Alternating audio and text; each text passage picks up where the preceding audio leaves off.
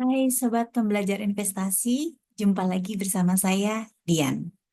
Dalam video kali ini, kita akan membahas bagaimana mengevaluasi kinerja portofolio investasi. Apa saja alat dan metode yang digunakan? Yuk, kita pelajari bersama. Oke.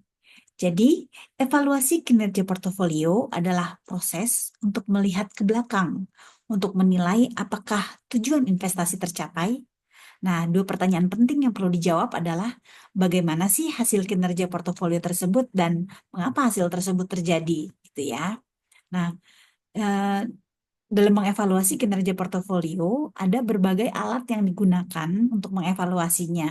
Nah, biasanya itu yang digunakan adalah rasio Sharpe, itu untuk mengukur pengembalian per unit resiko total. Kemudian ada juga rasio Treynor, itu yang fokus pada resiko sistematis. Sementara ada juga rasio Jensen's Alpha, itu untuk menunjukkan kemampuan manajer investasi untuk menghasilkan pengembalian di atas ekspektasi gitu ya. Nah, rasio-rasio tersebut membantu untuk membandingkan portofolio dengan tolok ukur atau benchmark. Nah, misalnya nih ya, seperti rasio yang digunakan dengan Jensen Alpha yang hasilnya positif, itu berarti manajer investasi berhasil menciptakan nilai tambah di luar ekspektasi pasar. Nah, selain rasio-rasio tersebut, kita juga bisa menggunakan yang namanya drawdown maksimum. Itu juga penting ya. Nah, itu untuk mengukur penurunan terbesar nilai portofolio dari puncak ke lembah.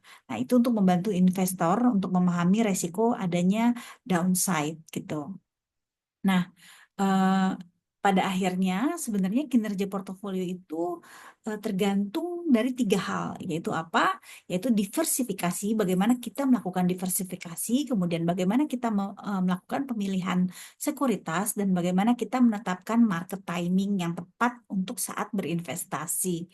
Nah, eh, dengan alat-alat yang tepat, dengan alat yang tepat itu, kita dapat mengevaluasi portofolio secara efektif, memahami kinerjanya, dan mengambil keputusan investasi yang lebih baik.